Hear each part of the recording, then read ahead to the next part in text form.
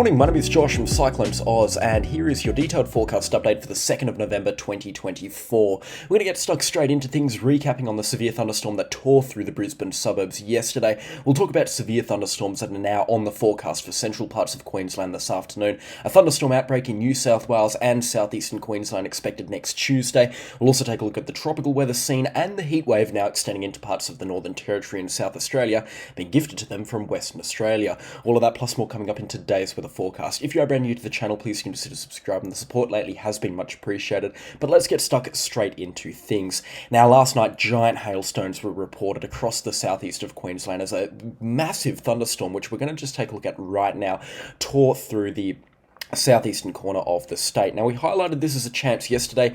In all, from last night, there weren't as many thunderstorms as initially expected. In fact, there are only two severe thunderstorms, or two severe thunderstorm warnings that the Bureau of Meteorology had to issue last night. So overall, it was a good news. It was just this massive, long-tracked supercell thunderstorm that originated around the Stanthorpe area along the New South Wales and Queensland border, and then travelled through Boonah up in towards Beaudesert and into the southern suburbs of Brisbane before finally dissipating offshore from the Moreton Bay area and deeper out into the Tasman Sea, further off the coast from the southeastern corners of Queensland.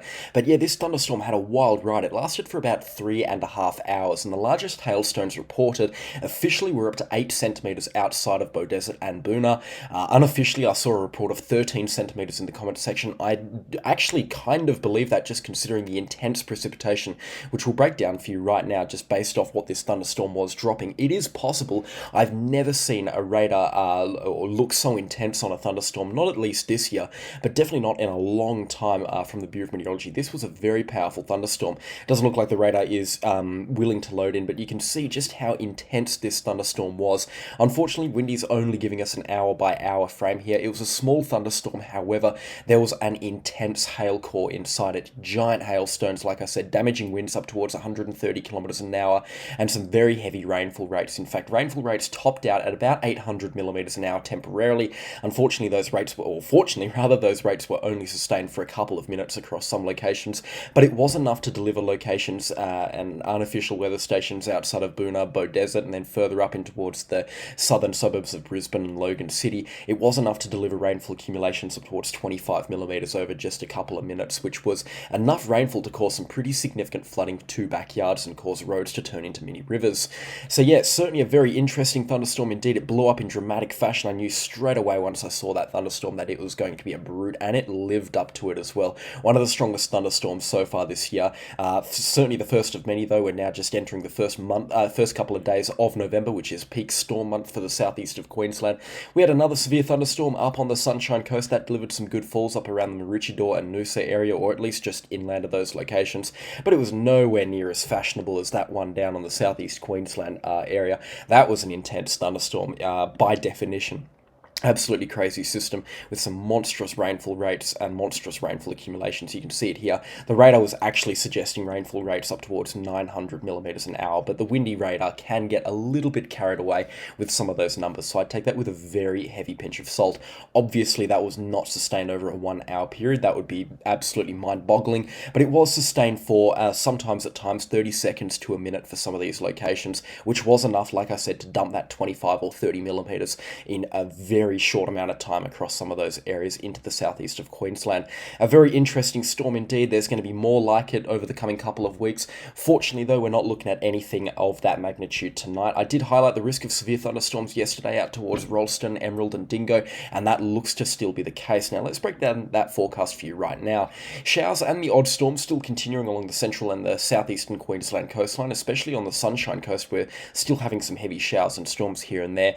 They're very slow moving as well, because we've got a surface trough placed just offshore. Now, the weak onshore winds are just going to be providing that little bit of moisture, and once it gets itself a little bit further inland, which will happen closer to about 3 or 4 p.m. local time, maybe a little bit later than that, up towards 5 or 6 p.m. local time, out towards Rolleston, Dingo, Taroom. Once that moist air from the coast makes itself a little bit further inland, we will definitely see some of those thunderstorms far up around the Rolleston and Dingo, Taroom sort of area. Just we've got to wait for that moist air to get itself further inland and start mixing with that very warm and dry air that they're currently experiencing. Temperatures already into the early 30s for some of these locations here. It's going to be a warm day there, and these thunderstorms are going to make the most of it. Now, severe thunderstorms do look possible, most likely around Rolleston. We'll also see the odd severe thunderstorm cell outside of Taroom, Billawheeler, and Eddersvoid. We'll see a couple of severe thunderstorms there. And we might also see a couple of severe thunderstorms materialising a little bit further up the coast as well. The forecast models here haven't really suggested it, but we could see the odd severe cell outside of Charters Towers. Again, that's a pretty low chance of happening at this time, but it is still a chance nonetheless. And we'll also see some thunderstorms, or the chance of thunderstorms at least, extending further down the Queensland area, down towards Chinchilla, Kingaroy and Toowoomba, but they should remain inland. The temperatures are going to be too cold along the Queensland coastline. There's not going to be enough fuel, as you can see here from the Cape values, for these thunderstorms to really make the most of the southeastern corner of Queensland. They're going to be isolated a little bit further inland.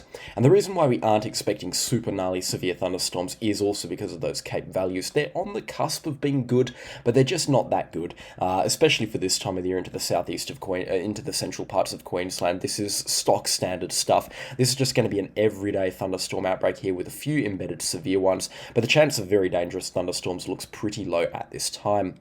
Now, thunderstorms are going to be slow moving tonight. They're not going to be moving in many directions in a rapid pace. They're going to be very slow moving. They're going to find themselves a place. They're really going to make themselves comfortable, most likely around Rolleston and then out towards Billawheeler and Eddersvoid as well.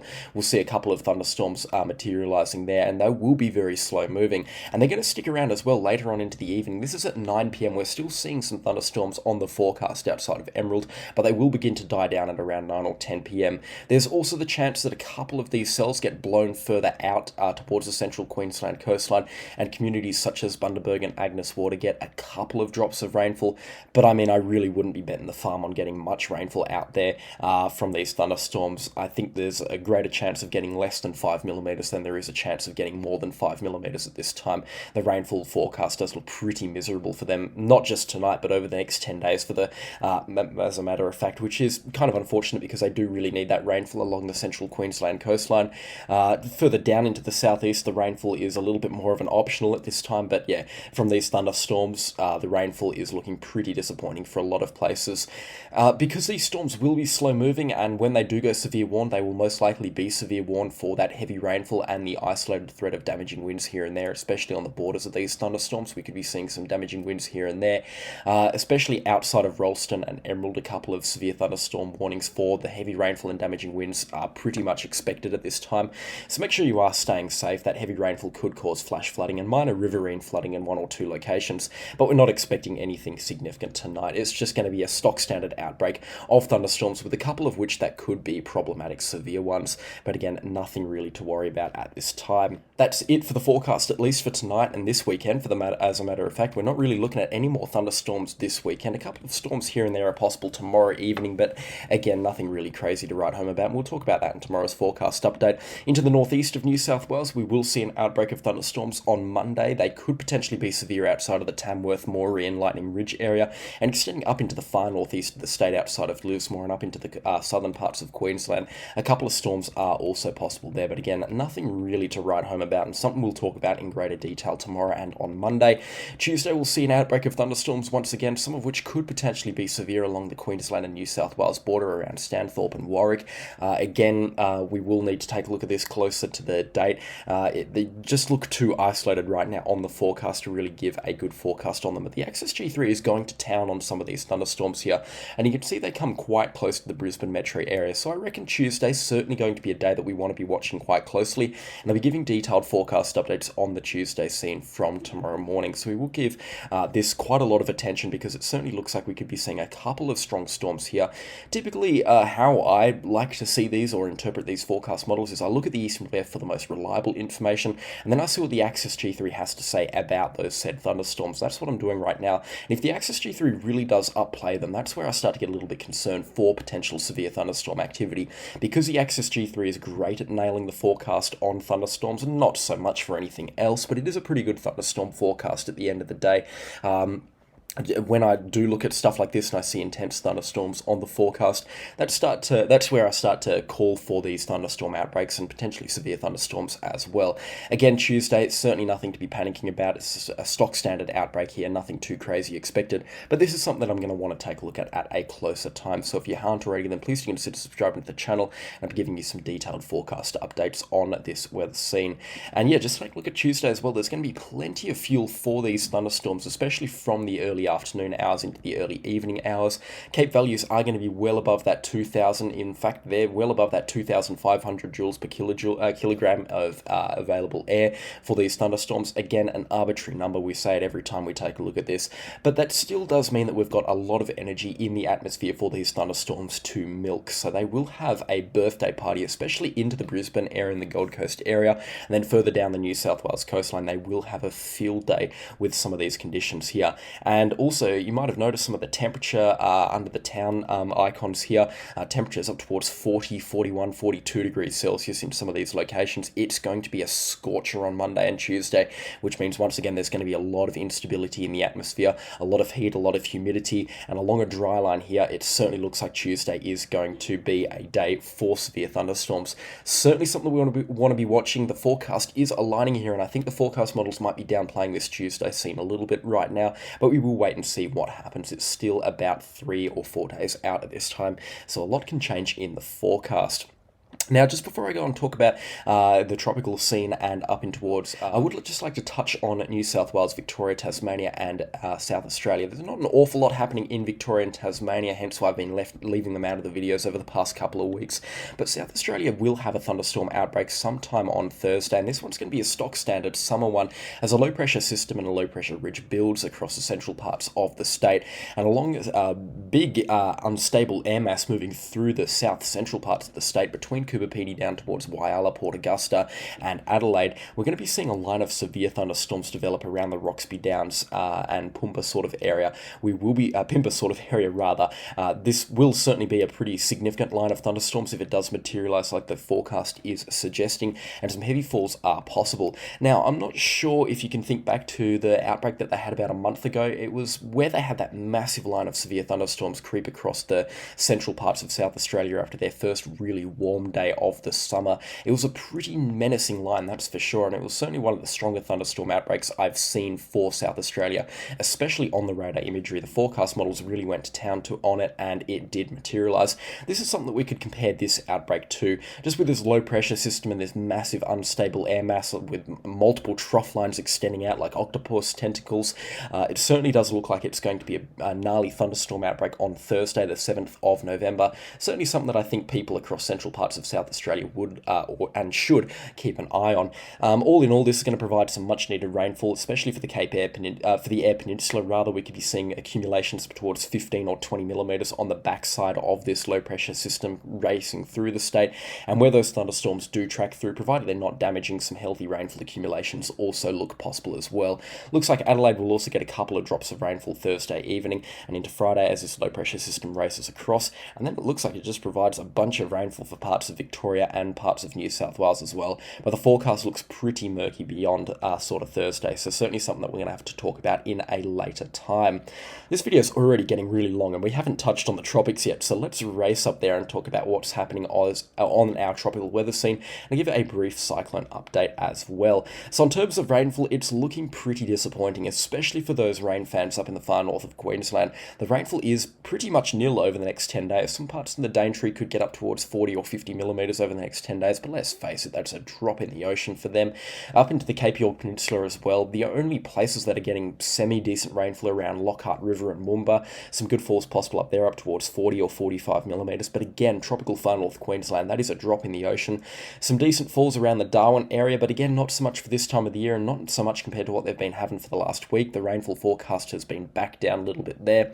And then across into the northern parts of WA, Some good falls are possible there, but I wouldn't be getting our hopes up for some significant rainfall there. Certainly nothing that's going to start to make those rivers flow at their capacity. So yeah, we're definitely going to have to wait a couple more weeks for this proper rainfall to set in from the northern rainfall onset, but it is getting closer and closer, and we're seeing a lot more activity up in far northern parts of Australia. And I had a look at the radar yesterday afternoon. I was like, that is wet season stuff 101. Thunderstorms blowing up here and there. It was very exciting to see as someone who is a big fan of the wet season. It gives me a lot to talk about in these videos, so very exciting to see that the wet season is really starting to take its hold up in the northern parts of Australia. And if you do live up there, let me know how it is going, if it's going as expected or if it's drier or wetter than normal. I'd love to hear your thoughts, feelings and opinions on it in the comments section down below.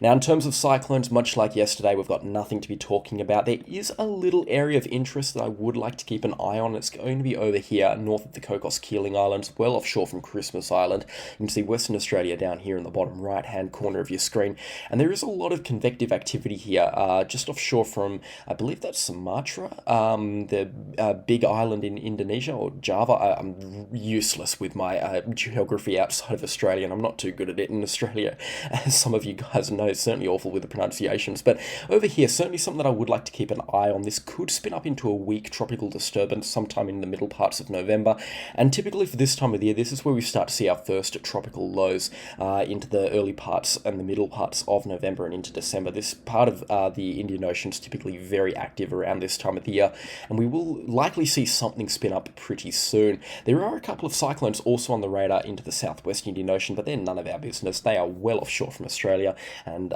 there's no point in really tracking those unless they do get super interesting for certain locations.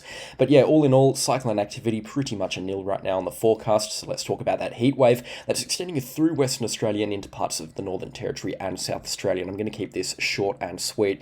Temperatures already soaring across parts of WA up towards 37 for a couple of Indigenous communities deep into the South Interior, 36 for Warburton right now. Temperatures soaring up into the high 30s across a lot of interior Western Australia, and they're going to continue to rise throughout the course of today as this low pressure system blows all this hot air across from the goldfields into the South Interior and into parts of the Northern Territory and South Australia. Some warm temperatures also expected into South Australia up towards 42 degrees today. It can be even warmer tomorrow up towards 43, 44 outside of Kupapedi and Oodnadatta. Very warm indeed. Temperatures up towards 46 degrees outside of Karratha in Western Australia. For Monday as well, temperatures continuing to rise for parts of Queensland and into New South Wales. Warm temperatures again for Tuesday. Same story for Wednesday. And again, with this thunderstorm outbreak expected, these temperatures are going to be the fuel behind some of these storms here. You can see temperatures up towards 46 expected for Wednesday, the 6th of November, and I believe they do begin to cool down slightly for Thursday. Yeah, you can see it here on this forecast. A little bit of reprieve is expected with those thunderstorms moving through, which is good to see because I reckon people will be pretty sick of 46 degrees pretty quickly. That is some warm heat, that's for sure. Thankfully, it is across central parts of Australia, so very, very remote sections of the country, impacting very little people, but they are made of tough stuff out there to be able to withstand that kind of heat. I mean, I'm melting in 38 degree heat, so 46 would be absolutely unbearable. This video has drawn out for long enough though. If you have enjoyed it, then please do consider leaving a like and also subscribe to the channel if you haven't already. Special shout out to the channel sponsors. Their names are on screen right now and I could not run this show without them. So again, thank you so much for all of the support lately. Any feedback or questions, leave them in the comment section down below and I'll get back to as many people as I can throughout the course of today. That is all from me and I'll catch you all in the next storm. Goodbye.